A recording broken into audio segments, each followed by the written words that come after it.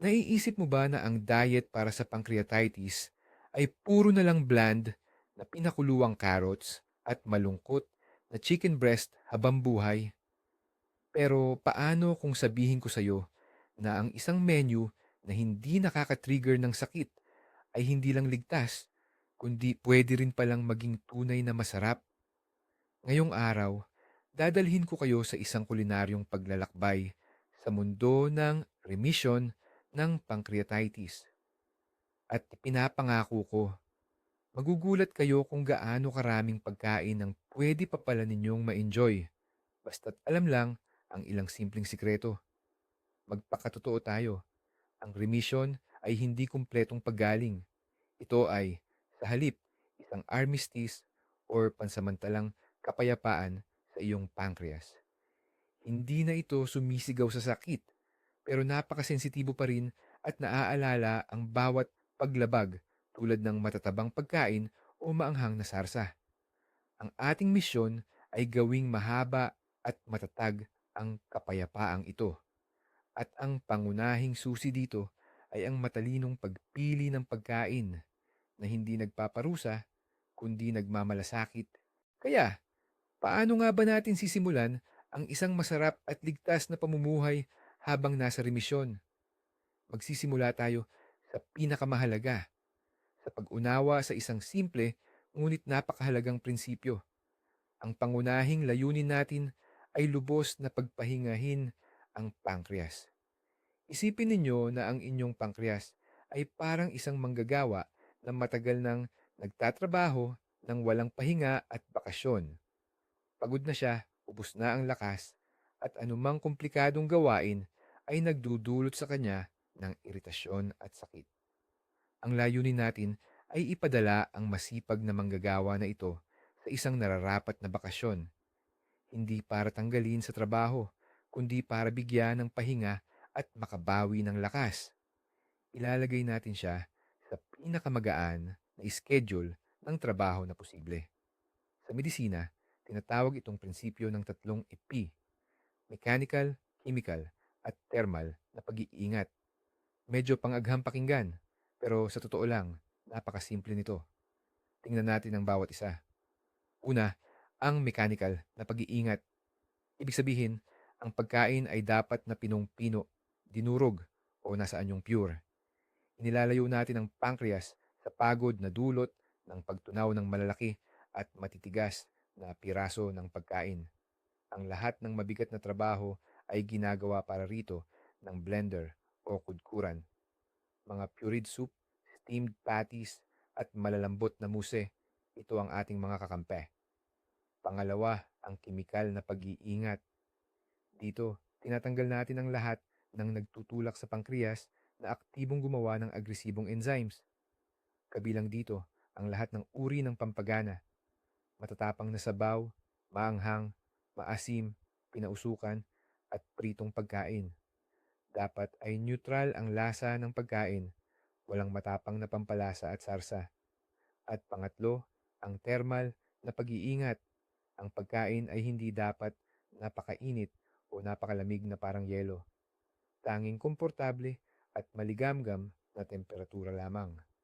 Ang matinding temperatura ay dagdag na stress para sa buong digestive system. Tandaan ang tatlong haligi na ito: pino, neutral, at maligamgam na pagkain. Ito ang pundasyon kung saan itatatag ang isang payapa at matagal na remisyon. At ngayon, pag-usapan natin ang pinakamalaking pagkakamali, ang mapanlinlang na bitag na maraming nabibiktima. Ito ay isang mapanganib na mito na madalas nating marinig na parang ganito: dahil wala nang masakit ngayon, pwede nang unti-unting subukan ang lahat ng gustong kainin. Mga kaibigan, ito ang pinakamalaking ilusyon na maaaring magdulot sa inyo ng matinding pinsala at pagsisisi. Ang kawalan ng sakit ay hindi senyales ng ganap na paggaling. Ito ay isa lamang marupok na kasunduan o palugit na ibinigay sa iyo ng iyong katawan. Ang iyong pankreas ay napakahina at napakadaling masaktan pa rin. Parang manipis na yelo. Mukha itong matibay sa paningin, Pero isang maling hakbang lang at babalik ka na naman sa malamig na tubig ng sakit at matinding paglala. Bawat ganitong eksperimento, bawat pag-iisip na siguro naman sa isang kagat lang wala namang mangyayari, ay parang naglalaro ng Russian roulette. Ngayon, ang isang maliit na piraso ng pritong patatas ay maaaring hindi mo man lang maramdaman. Pero bukas, ang ganoon ding piraso ang maaaring magbalik sa iyo sa matinding atake, nabuburahin ang lahat ng pinaghirapan mo. Hindi nagpapatawad ang pancreas sa ganitong uri ng kapabayaan. Naaalala nito ang lahat. Kaya tandaan natin minsan at magpakailanman, ang walang sakit ay hindi nangangahulugang pwede na ang lahat. Ibig sabihin lamang, gumagana ang ating mahigpit na dieta at dapat natin itong patuloy na sundin. Ngayon, naunawaan na natin ang pangunahing prinsipyo at ang pangunahing pagkakamali. Ngayon naman, buuin na natin ang ating diet. Sisimulan natin yan sa pundasyon, sa pinakasentro ng lahat, ang protina. Ang protina ang building block ng ating katawan. Mahalaga ito sa pagpapalit ng nasirang tissue, kasama na ang tissue ng pancreas. Pero, gaya ng nahulaan nyo na, hindi lahat ng protina ay angkop para sa atin. Ang ating pinakamatalik na kaibigan ay ang lean protein or protinang walang taba. Kalimutan na ang makatas na steak, matatabang baboy o tupa. Ang mga hari ng ating hapagkainan ay pabo, chicken breast, dibdib ng manok, at kuneho. Paminsan-minsan, pwede ring kumain ng kaunting lean veal, karni ng baka na walang taba. Ang pinakamahalagang panuntunan, bago lutuin, tanggalin ng walang awa ang lahat ng nakikitang taba at syempre, ang balat ng manok o pabo. Dahil doon, nagtatago ang pangunahing banta sa inyong kalusugan. Paano naman ito iluluto? Tanging ang pinakamagaan at pinakamahinahong paraan lang. Nilaga, pinasingaw, o inihurno sa sariling katas ng walang mantika. Ang pinaka-ideal na forma ay pinakinis na karne, ground meat, mga steamed patty, malalambot na meatball, souffle, o quenelles. Sa ganitong paraan, madaling matunaw ang karne at hindi ito magbibigay ng dagdag na bigat sa inyong pagod na pancreas. Ang buong piraso ng karne, kahit nilaga pa, ay mas mabigat ng hamon. Dahan-dahan lamang itong subukan at hindi agad-agad. Sige, tapos na tayo sa usapan tungkol sa karne. Paano naman ang isda? Ang isda ay isang magandang alternatibo, mayaman sa madaling matunaw na protina at mahahalagang mikroelemento. Ngunit dito, parehong matibay na panuntunan ang sinusunod. Mas kaunting taba, mas mabuti. Tayo ay magiging tunay na mangangaso ng mga isdang mababa sa taba. Ang mga paborito nating isda dito ay ang siod, bakalaw, hake, polok, zander, at pike. Ang mga uring ito ay may mababang taba at ang kanilang puting karne ay malambot at masarap. Ngunit ang mga matatabang isda tulad ng salmon, mackerel, at herring, kailangan muna nating kalimutan sa panahon ng remisyon. Oo, alam nating lahat na mayaman sila sa healthy omega-3 fatty acids, ngunit para sa mahinang pancreas, ang taba na ito ay masyadong mabigat. Para itong tayong kumain ng isang buong cake ng mag-isa. Napakabigat sa pakiramdam at napakaraming calorie. Ang mga paraan ng pagluluto, ang mga pamilyar na sa atin, ang classic, kumbaga. Ang pinakamainam ay steamed fish patties or fish meatballs. Maaari ring i-bake ang fillet sa oven, balutin sa parchment paper or foil na may kaunting tubig at isang tangkay ng dill. Nagiging napakalambot at juicy. Ang nilagang isda ay isa ring magandang opsyon. At syempre, bawal ang anumang inasinan, pinausukan, smoked, pinatuyo, dried, o dilatang isda na nasa mantika. Ito ay mahigpit na ipinagbabawal dahil ang asin, preservatives, at sobrang taba ay direktang nagdudulot ng paglala ng kondisyon. Dumako naman tayo sa carbohydrates, ang pangunahing pinagkukuhanan natin ng enerhiya. Kung ang protina ang pundasyon sa pagbuo ng ating katawan, ang carbohydrates naman ang panggatong na nagpapagalaw dito. At dito, tulad din sa protina, kailangan natin ng magaang at maingat na pamamaraan. Ang mga butil ang magiging pangunahin nating pinagkukuhanan ng enerhiya. Ngunit hindi lahat ng lugaw o pinakuluang butil ay pantay-pantay ang benepisyo, lalo na sa panahon ng remission o paggaling. Ang ating mga champion o pinakamahainam dito ay ang oatmeal, lugaw na bigas at semolina. Bakit sila? Dahil kapag inihanda ng tama, nagiging malambot, malapot at bumubuo ng protektibong sapaw ang mga ito. Ang malabot na masang ito ay parang isang pinong kumot na bumabalot sa dingding ng tiyan at bituka. Pinoprotektahan nito ang mga ito laban sa anumang iritasyon at nagbibigay ng pangmatagalang busog na pakiramdam nang hindi binibigyan ng labis na bigat ang sistema. Paano ito lutuin? Pakuluan ang mga ito sa tubig o kalahating tubig at kalahating gatas na may pinakamababang taba kung kakayanin ng inyong tiyan, at kailangan itong pakuluan ng matagal hanggang sa maging napakalabnaw at malapot na lugaw, halos parang likidong amush. Walang butter o mantikilya. Maaari kayong magdagdag ng kalahating kutsarita ng asukal o pulot-pukyutan kung ang inyong remission ay matatag na. Ngunit mayroon ding ilang butil na kailangan nating pag-ingatan. Ang perlas na barley, millet, mais, halimbawa bilang mais grits o harina, at iba pang butil na mayaman sa rugage o matigas na hibla ay naglalaman ng napakaraming hibla. Ang mga ito ay maaaring makairita sa digestive tract at magbigay ng labis na trabaho sa pancreas. Kaya sa ngayon, iwasan muna natin ang mga ito at isang tabi sa isang tabi. Ang mga gulay ay sagana sa bitamina, mineral at fiber. Sa tingin mo, sige lang ang kain at magiging malusog ka agad. Pero pagdating sa pancreatitis, medyo masalimuot ang sitwasyon. Ang sariwa, malutong at hilaw na fiber ay parang liha sa namamagang bituka. Pinagtatrabaho nito ng husto ang pancreas para makapaglabas ng enzymes na pampatunaw dito. At tandaan, ang pangunahin nating layunin ay bigyan ito ng pahinga. Kaya sa panahon ng pagpapagaling, halos lahat ng gulay ay dapat lutuin. Ang pinakamainam na paraan ng pagluluto ay pagpapakulo, pagluluto ng stews, pagbibake, at pagpapasingaw. Sa ganitong paraan, ang fiber ay nagiging malambot at madaling matunaw. Anong mga gulay ang dapat piliin?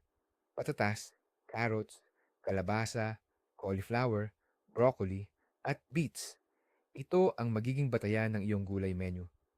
Mula rito, makakagawa ka ng masarap na puree, vegetable souffle, steamed pudding, o simpleng side dish.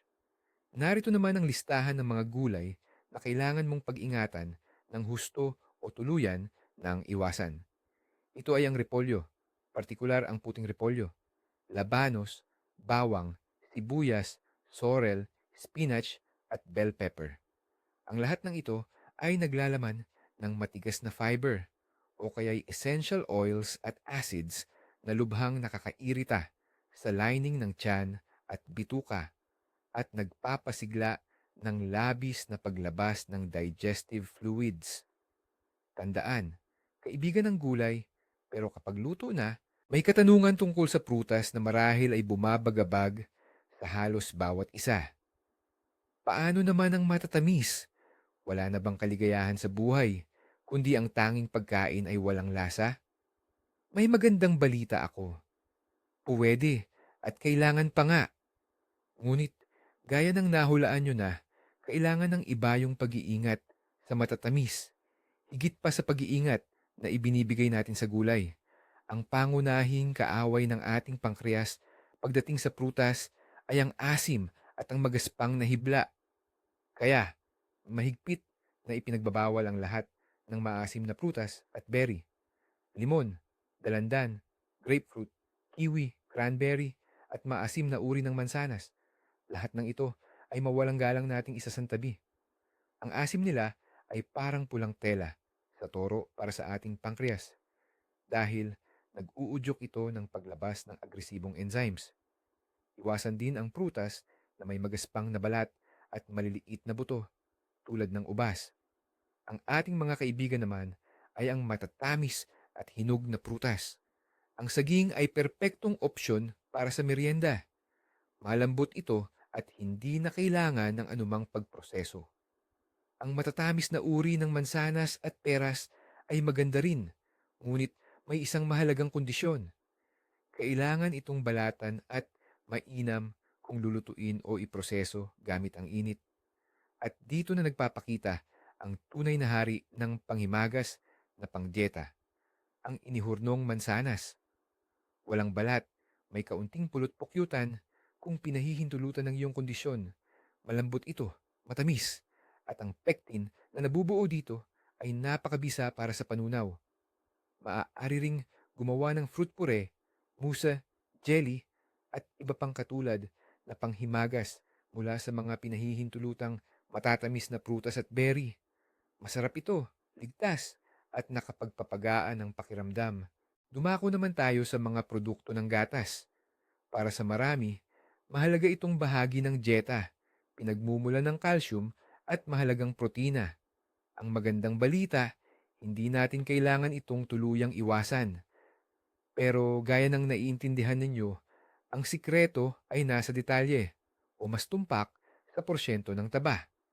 Ang ating absolute na paborito at panalo ay ang low-fat o walang taba na cottage cheese. Ang importante, sariwa at hindi maasim. Ito ang perpektong base para sa isang magaan na hapunan o almusal. Pero huwag itong kainin ng ganoon lang kung nakakasawa. Gumawa mula rito ng malambot na kaserol, steam souffle, or pinasingaw na dumplings. Magiging isang kumpleto, nakakabusog, at ganap na ligtas na pagkain ito. Pangalawa sa listahan ng mga paborito ay ang kefir at natural na yogurt. Muli, hanapin sa tindahan ng mga produkto na may pinakamababang taba. Karaniwan ay 1% lang. At basahin ng maigi ang sangkap. Walang fruit fillers, asukal, starch, at iba pang additives. Ang mga produktong ito ay mahusay na nagpapanormalisa ng microflora ng bituka at nakakatulong sa panunaw. At ano naman ang mahigpit na ipinagbabawal? Ito ay ang buong gatas, whole milk, matatabang sour cream, cream at rejenka. At sa kasamaang palad para sa marami, halos lahat ng klase ng keso. Hard, processed, at mayamag. Ang mga ito ay konsentrasyon ng taba at asin, isang tunay na perwisyo sa pankreas. Ang matatamis na glazed cheese snacks at mga yogurt na may jam, hindi rin ito ang ating pipiliin. Mga dessert ito at hindi malusog na pagkain. Kaya tandaan, ang mga produkto ng gatas ay kaibigan natin, pero sa kanilang pinakamagaan, natural, at walang taba na porma lamang. Ngayon, pag-usapan natin ang mga taba, ang mga sangkap na kinatatakutan ng lahat, lalo na kung may pancreatitis. Mayroong isang napakadelikadong maling paniniwala na ang mga taba ay dapat ganap na tanggalin sa ating pagkain. Hindi ito dapat gawin kailanman. Ang mga taba ay hindi lamang pinagmumula ng enerhiya, kundi mahalaga rin sa maraming proseso sa ating katawan, kabilang ang pagbuo ng hormones at pag-absorb ng mga bitamina na natutunaw sa taba. Ang ganap na pagtalikod sa mga ito ay maaaring magdulot ng seryosong problema. Kailangan lang nating matutong makipagkaibigan sa tamang uri ng taba at kainin ang mga ito sa napakaliit na dami. Ang ating mga pangunahing kaaway ay ang mga matitigas na taba mula sa hayop, ang taba ng baboy, salo, matatabang karne, mantikilya, butter, margarine, at iba pang pampaluto na taba. Lahat ng ito ay nasa blacklist. Nagbibigay ang mga ito ng napakalaking pasanin sa pankreas. Ang ating mga kaibigan naman ay ang mga langis mula sa halaman, pero hindi rin ganun kadali. Pipiliin lang natin ang mga cold-pressed at unrefined na langis. Langis ng oliba, langis ng flaxseed, at langis ng mirasol. At ang pinakamahalagang panuntunan, huwag tayong magluluto gamit ang mga ito. Kapag pinainit, nabubuo ang mga masasamang sangkap na nakakasira sa pankreas. Paano nga ba ang tamang paggamit ng mga ito? Napakasimple. Idagdag lang natin ang mga ito sa niluto ng pagkain bago mismo ihain. Maliit na bahagi lamang tulad ng kalahating kutsarita sa isang plato ng purid na gulay, lugaw o salad ng nilagang gulay. Sapat na ang dami na ito para makakuha ng benepisyo at hindi makasama. Kaya huwag kang matakot sa taba. Sa halip ay gamitin ang mga ito ng matalino at tama. Ano naman ang iinumin? Kasing halaga ng pagkain. Ang tanong tungkol sa inumin dahil ang likido ang pundasyon ng buhay. Ngunit para sa mga may pancreatitis, hindi lahat ng inumin ay maganda para sa kalusugan. Ang ilan ay maaaring makasira sa lahat ng iyong pagsisikap sa pagdidieta.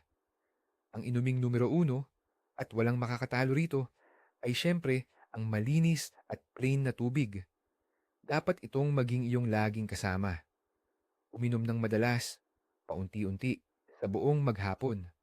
Ang pinakamainam na temperatura ay katamtaman o bahagyang maligamgam. Nakakatulong ang tubig na ilabas ang toxins at panatilihin ang maayos na paggana ng buong katawan. Pangalawa sa listahan ay ang mahinang tsaa. Pinakamainam ang green tea o herbal tea tulad ng chamomile or mint. Pwede rin ang black tea, pero dapat napakahina ng pagtimpla. Huwag gagawing matapang. Para naman sa pagkakaiba-iba ng iinumin, magandang opsyon ang mga kompot na gawa sa pinatuyong prutas o sariwa, matamis na berry at prutas. Ngunit huwag itong lagyan ng asukal. Ang mga pinatuyong prutas mismo ay may sapat ng tamis. Ang mahalaga, huwag gawing masyadong puro ang kompot. At syempre, hindi rin dapat kalimutan ang mga malapot na inumin tulad ng kisel, fruit jelly drink. Ito ay perpektong inumin para sa isang diet na malumanay sa tiyan. Dahil sa malapot at bumabalot nitong tekstura, pinapawi nito ang anumang iritasyon sa lining ng tiyan at bituka. Pinakamainam itong gawin mula sa natural na juice na hinaluan ng tubig o mula sa pinaglagaan ng berry. Ngunit ang lahat ng inuming may gas, maraming asukal, mataas na dosis ng kapeina, at anumang kemikal na additives ay mahigpit na ipinagbabawal. Ang mga soft drinks, limonada, Tetra Pak juice, kwas, isang uri ng fermented drink, matapang na kape, at kakao na may gatas. Lahat ng ito ay nakakairita sa pancreas at nagiging sanhi ng hindi kinakailangang aktibidad nito. Ngayon, linawin natin ang mga hangganan at pag-usapan kung ano ang dapat mawala sa inyong ref at sa inyong buhay ngayon at magpakailanman ng walang anumang kompromiso. Ito ang tinatawag nating red zone, ang mga pagkain na halos tiyak na nagdudulot ng paglala ng inyong kalagayan. Kabisaduhin ang listahang ito, parang multiplication table. Ang una at pinakahalata ay ang lahat ng matatabang pagkain. Kasama rito ang karning baboy, tupa, pato, gansa, matatabang isda, taba ng baboy, salo, mantikilya, butter sa malalaking dami, at anumang lutuin na pinirito ng malalim o deep fried. Ang taba ang pangunahing kalaban na nagpapahirap sa pancreas at nagpapagana rito ng lampas sa kapasidad. Ikalawa, ang lahat ng prito. Kahit na magprito ka ng manok na walang taba sa tuyong kawali, habang niluluto, nagkakaroon ito ng crust o balat na naglalaman ng mga substance na matinding nakakairita sa digestive tract. Kaya naman, ang kawali na ginagamit sa pagprito ay itatago natin sa pinakamalayong sulok ng inyong kusina.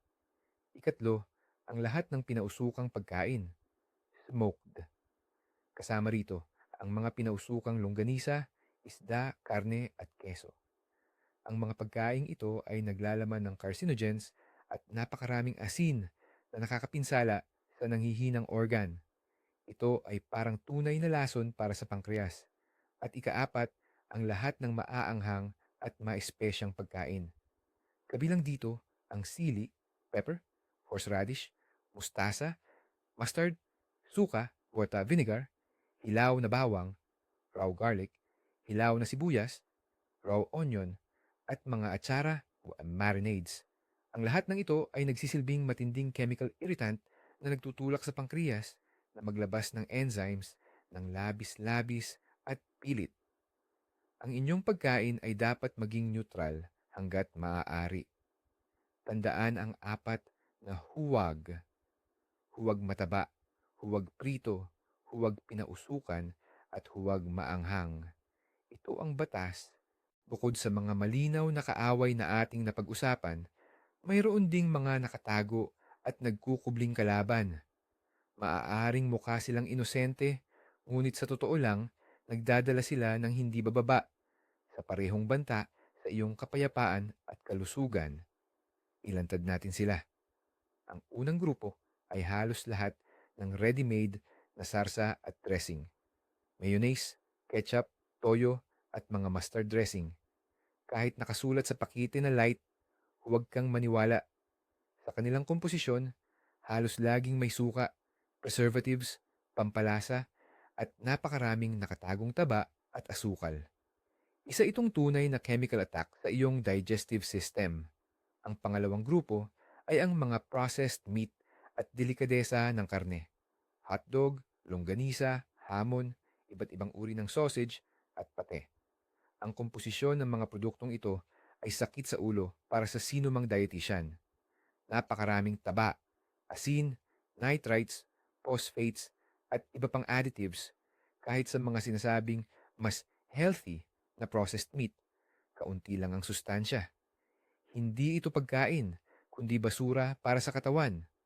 Ang ikatlong grupo ay ang mga dilatang pagkain. Kahit anong uri, dilatang karne, isda, or gulay. Halos laging may suka, maraming asin, mantika, at preservatives ang mga ito. Ang tanging exception ay ang ilang uri ng baby food sa garapon, ngunit kahit doon, kailangan mo pa ring basahing mabuti ang listahan ng mga sangkap. Tandaan, sa panahon ng iyong paggaling, remisyon, ang iyong pangunahing patakaran ay kumain ng pagkaing simple at malinaw ang pinagmulan. Kung mas maikli ang proseso ng pagkain mula sa pinanggalingan nito sa kalikasan hanggang sa iyong plato, mas maganda. Lahat ng dumaan sa komplikadong pagproseso ng industriya ay isang potensyal na panganib. Ngayon, pag-usapan natin ang dalawang bagay na ganap at walang pasubaling bawal. Dito, walang pwedeng minsan lang sa okasyon o konting tikim lang. Ito ay ang alak at mga carbonated drinks. Simulan natin sa alak. Anumang uri ng alak, sa anumang dami. Maging ito'y light beer, isang basong dry wine, o isang shot ng vodka, ay direktang nakakalason sa mga selula ng pancreas. Ang alak ay nagdudulot ng spasm sa sphincter ng OD. Ito ay isang maliit na kalamnan na kumokontrol sa pagdaloy ng pancreatic juice papunta sa bituka. Kapag nag-spasm ang sphincter na ito, ang mga enzyme ay nananatili sa loob ng glandula at nagsisimulang tunawin ang sarili nito. Ito ang isa sa pinakadirektang daan tungo sa acute pancreatitis o malubhang paglala ng chronic pancreatitis. Tandaan, walang ligtas na dosis ng alak kung may pancreatitis ka. Tuldok. Ang ikalawang kategorya ay ang mga carbonated drinks.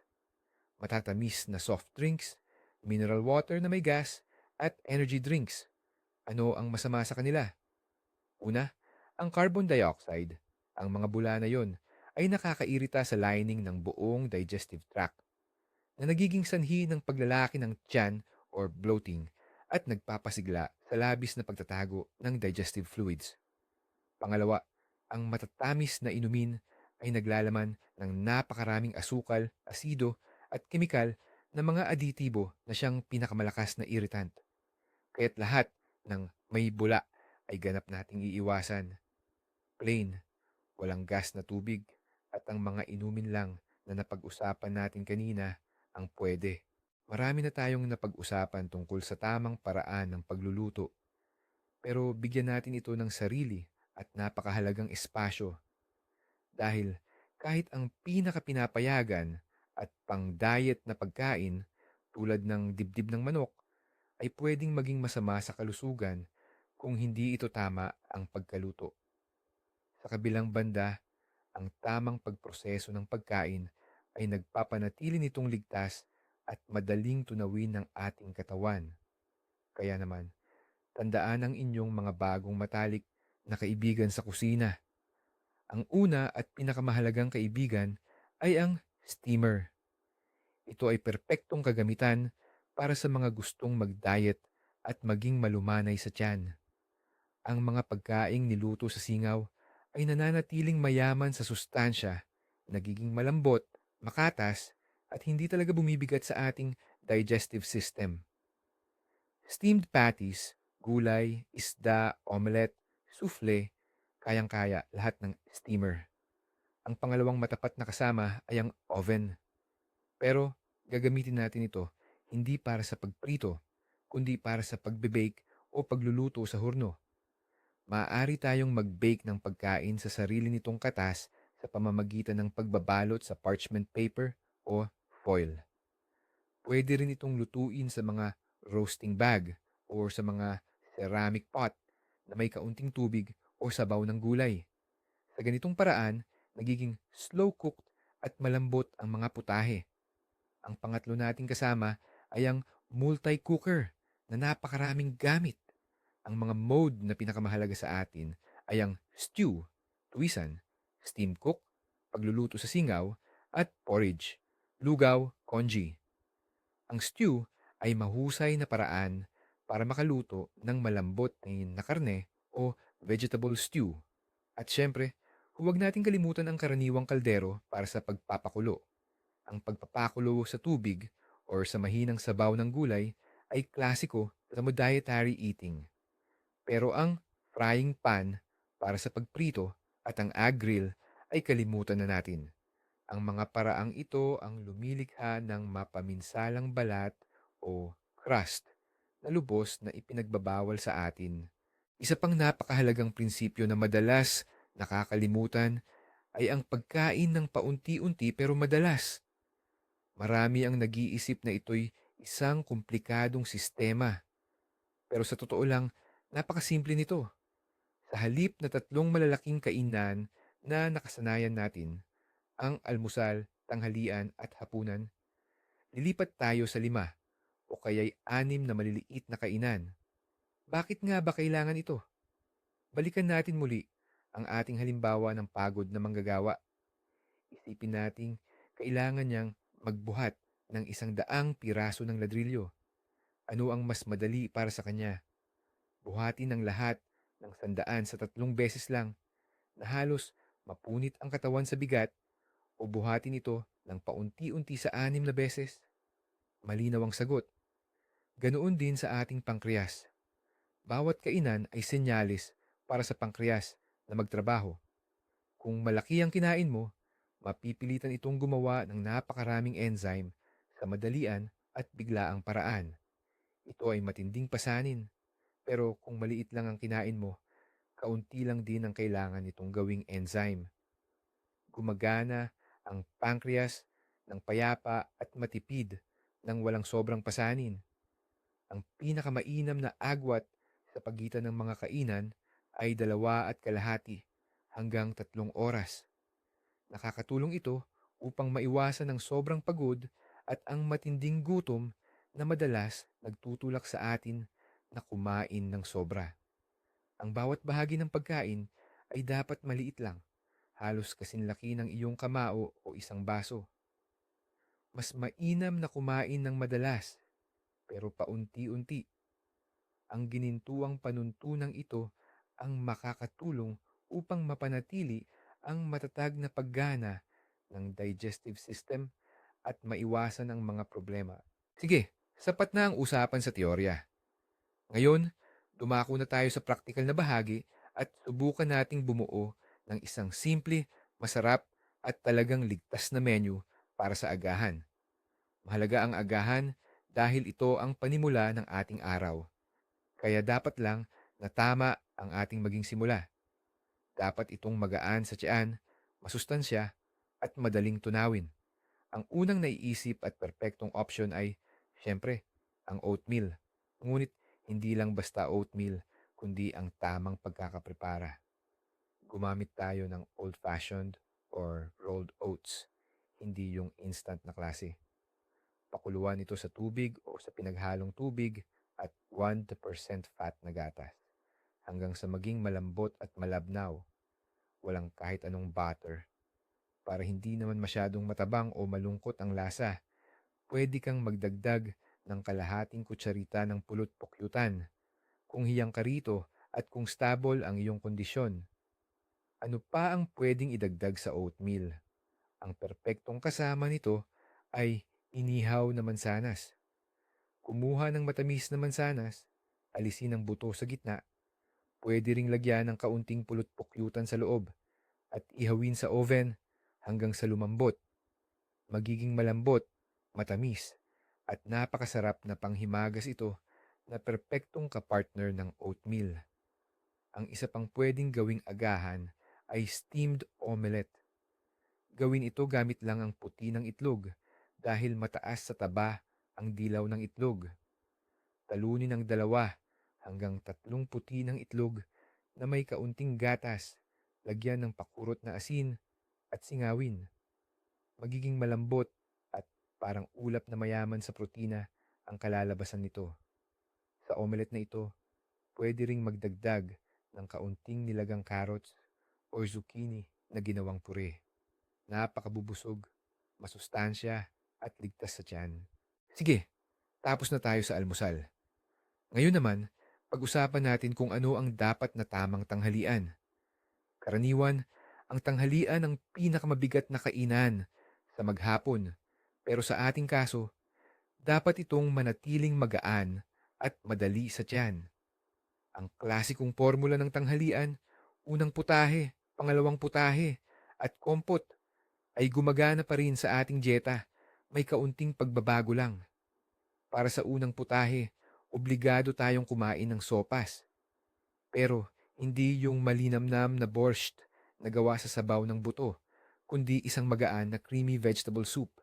Ito ang perpektong ulam, mainit, likido, hindi kailangan ng pagnguya at madaling tunawin. Maraming pagpipilian, kalabasa, carrots, cauliflower o zucchini.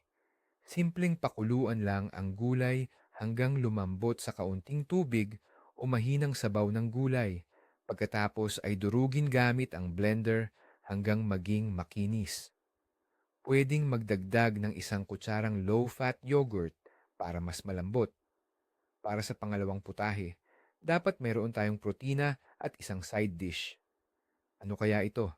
Halimbawa, steamed turkey meatballs or bola-bola ng pabo. Kunin ang filet ng pabo, ipasa sa meat grinder, magdagdag ng kaunting nilagang kanin, bilugin at lutuin sa steam. Ito ay malambot, nakakabusog at napaka-healthy. Bilang side dish sa meatballs, perpektong ipares ang nilagang kanin o kaya ay nilupak na patatas. Ang nilupak na patatas ay ihanda sa tubig o sabaw ng gulay nang walang mantikilya o gatas. Pwedeng magdagdag ng kaunting vegetable oil sa plato na mismo. At para sa pangatlo, iyang kompot ng pinatuyong prutas o kaya yung fruit drink na nabanggit na natin. Kaya naman, makakakain tayo ng kumpleto, balansyado, at talagang ligtas na tanghalian, oras na para magapunan. Ano ba dapat ang hapunan? Ang pangunahing tuntunin sa hapunan, lalo na kung may pancreatitis, ay dapat itong maging napakagaan at kainin ng hindi bababa sa 2 hanggang 3 oras bago ka matulog. Sa gabi, ang ating digestive system kasama ang pancreas, ay dapat magpahinga at hindi magproseso ng mabibigat na pagkain. Ang pagbusog dito sa gabi ay direktang hahantong sa pananakit at pagiging hindi komportable kinabukasan. Para sa isang ideal na hapunan, magandang pagsamahin ang madaling tunawin na protina at nilutong gulay. Halimbawa, inihaw na isda na binalutan ng foil. Kumuha ng filet ng puting isda na hindi mamantika. Wisikan ng kaunting katas ng lemon. Kung okay lang sa'yo, lagyan ng isang tangkay ng dill, balutin sa parchment paper or aluminum foil at iluto sa oven ng mga 20 minuto. Ang kalalabasan ay isang napakalambot at masarap na putahe. Para sa side dish ng isda, perpekto ang cauliflower o broccoli puree. Pakuluan lang ang mga bulaklak hanggang lumambot. Pagkatapos ay i-blend kasama ng kaunting pinagpakuluan. Sa lasa at tekstura, halos kapareho ito ng mashed potato, ngunit mas madaling tunawin at mas kaunti ang starch. Ang isa pang opsyon sa hapunan ay ang cottage cheese casserole o steamed souffle na gawa sa low-fat cottage cheese. Ang putahing ito ay mayaman sa protina na unti-unting tutunawin sa buong gabi, magbibigay ng pakiramdam ng kabusugan at sustansya para sa paggaling ng katawan. Ang mahalaga ay lutuin ito ng walang asukal. Maaari kang magdagdag ng kaunting dinikdik na saging para sa tamis. Madali, masarap, at napakainam bago matulog. Napag-usapan na natin ang tungkol sa mga pangunahing pagkain. Pero sa pagitan ng mga ito, natural lang nagugustuhin nating kumain ng merienda. At ito ay ganap na normal. Sa katunayan, kung pinipili mong kumain ng paunti-unti pero madalas, talagang kailangan ng merienda para hindi ka masyadong magutom. Pero tandaan, ang merienda ay dapat tama, magaan at pinlano, hindi yung basta ka na lang kukuha ng kung ano-ano. Ano nga ba ang perpektong merienda para sa panahon ng remission? Ang unang option ay low-fat na natural yogurt or kefir. Uminom lang ng isang baso at tiyak na makakahintay ka na ng tanghalian o hapunan. Mabilis, madali, at maganda pa para sa mikroflora ng iyong bituka. Pangalawang opsyon, mga prutas. Pero tandaan, hindi lahat ng prutas at hindi rin sa lahat ng uri ang pwede. Ang pinakasimple at ligtas na opsyon ay hinog na saging. Malambot ito, matamis, at hindi na kailangan ng anumang paghahanda. O kung mayroon kang oras, maaari kang maghanda ng baked apple ng maaga. Ito ay masarap na mainit at nakakabusog na merienda. Pangatlong opsyon, para sa mga mahilig sa malutong na merienda. Ito ang galletas o yung tinatawag na dry cookies tulad ng Maria Biscuits. Basahing mabuti ang label. Siguraduhin na walang margarine at sobrang daming asukal. Ang 2 piraso ng biskwit na ito na may kasamang malabnaw na tsaa ay isang katanggap-tanggap na merienda. Pero ito ang mga bagay na dapat mong iwasan bilang merienda. Mani, buto, pinatuyong prutas na marami, sandwiches, at syempre, anumang matatamis. Masyadong mamantika ang mani at buto habang ang pinatuyong prutas naman ay mataas sa asukal. Dapat ay maging malumanay din sa tiyan ang ating mga merienda tulad ng ating mga pangunahing pagkain. At narito na tayo sa pinakahuling, ngunit siguro ang pinakamahalagang panuntunan. Hindi ito tungkol sa mga pagkain, sa paraan ng pagluluto, o sa calories. Ito ay tungkol sa iyo. Ang pinakamahalagang panuntunan ay pakinggan ang iyong katawan. Oo, mayroong mga pangkalahatang rekomendasyon, diet, listahan ng pinapayagan at ipinagbabawal na pagkain. Sila ang iyong pundasyon, ang iyong mapa. Ngunit ang iyong katawan, ang iyong pangunahing nabigador at tagapayo. Ito ay natatangi. Ang perpektong bagay para sa isang tao ay maaaring magdulot ng discomfort sa iba. Magtago ng food diary. Isulat ang iyong kinain at kung ano ang iyong naramdaman pagkatapos. Makakatulong ito sa iyo upang matukoy ang iyong individual na reaksyon. Marahil mapapansin mo na ayos lang sa iyo ang broccoli, ngunit ang cauliflower naman ay nagdudulot ng kabag. O na ang kefir ay angkop para sa iyo, ngunit ang yogurt ay nagdudulot ng discomfort. Normal lang iyan. Huwag magmadali sa pagpapakilala ng mga bagong pagkain. Gawin ito ng napakamaingat, isang produkto sa bawat pagkakataon, at magsimula sa maliit na bahagi. Kumain ng isang kutsarang bagong pagkain at obserbahan ang reaksyon sa buong araw. Kung maayos ang lahat, kinabukasan ay pwede kang kumain ng 2 kutsara. Ang pasensya at pagiging mapagmatyag ang iyong pangunahing kaalyado. Ang iyong katawan ay patuloy na nagpapadala sa iyo ng mga senyales. Ang pakiramdam ng gaan pagkatapos kumain, kawalan ng bigat, kabag, sakit. Ito ang senyal na ayos lang ang lahat, ipagpatuloy mo lang.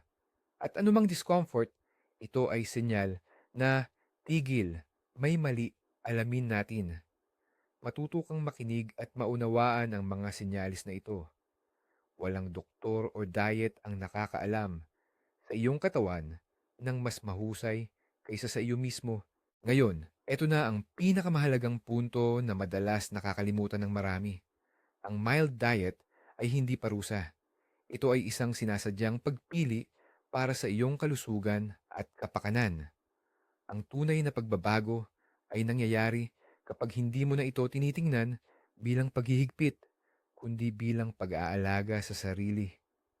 Kapag natuto kang mag-enjoy, hindi sa pritong patatas, kundi sa pakiramdam ng gaan sa katawan pagkatapos kumain. Naiintindihan mo ba ang punto? Ang pangunahing pagbabago ay hindi sa plato, kundi sa isip. Hindi mo nawawala ang masasarap na pagkain. Sa halip, nakakamit mo ang bago, malusog, at mahabang buhay na walang sakit. Kaya buo din natin, ang basihan ng iyong menu habang nasa remission ay lean protein, complex carbohydrates, at nilutong gulay. Ang pangunahing paraan ng pagluluto ay pagpapakulo, pag-stew, pagbe-bake, at pag-steam. At ang pinakamahalaga ay ang regularidad, maliliit na bahagi, at pagiging maingat sa mga senyales ng iyong katawan. Maraming salamat sa panunood ng video na ito hanggang sa huli. Kung naging kapaki-pakinabang ito para sa iyo, paki-like at mag-subscribe sa channel para hindi mo mapalampas ang mga bagong episode tungkol sa masarap at malusog na pagkain. Ngayon, may tanong ako sa iyo. Ano-ano ang iyong paborito at subok na mga recipe ng pagkain na angkop para sa isang mild diet? Ibahagi ang iyong mga ideya sa comments. Tulungan natin ang isa't isa na gawing mas iba-iba at mas masarap ang ating diet.